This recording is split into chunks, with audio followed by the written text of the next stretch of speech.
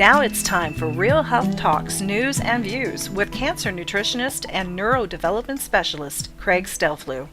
In the category of lifestyle, the disgusting little cockroach, the little beggar that hitches a ride into your kitchen in a grocery bag or comes creeping around from the neighbor's house. Well, this accursed critter turns out to have more common sense than the average human.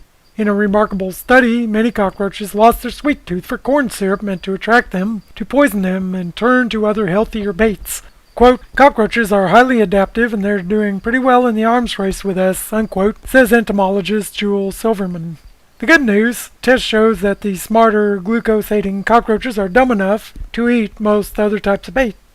In the category of food nutrition, zymology is the science and practice of fermenting foods.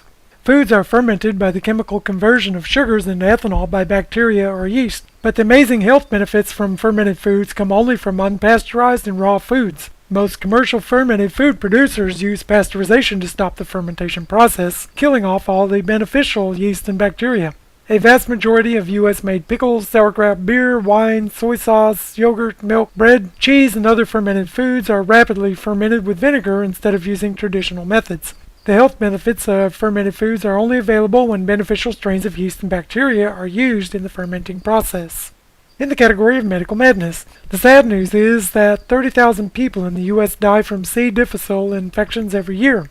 The really sad news is that new research shows that antidepressants Prozac and Remeron actually can double the risk of C-difficile infection. C-difficile is a stomach-wrecking superbug that wreaks havoc on the gastrointestinal tract. But C-difficile alone doesn't make you sicker than a tummy ache most of the time as long as the good guy bacteria in the gut are imbalanced to keep bad guy C-difficile in check. Of course, our inordinate affair with antibiotics is steadily killing off the good guy bacteria to increase the risk of serious stomach infections. Antidepressants are consistently outperformed by placebos. If you are sad, start with an improved diet. It could save your life in more than one way. In the category of vitamins and supplements, how about some melatonin for migraines?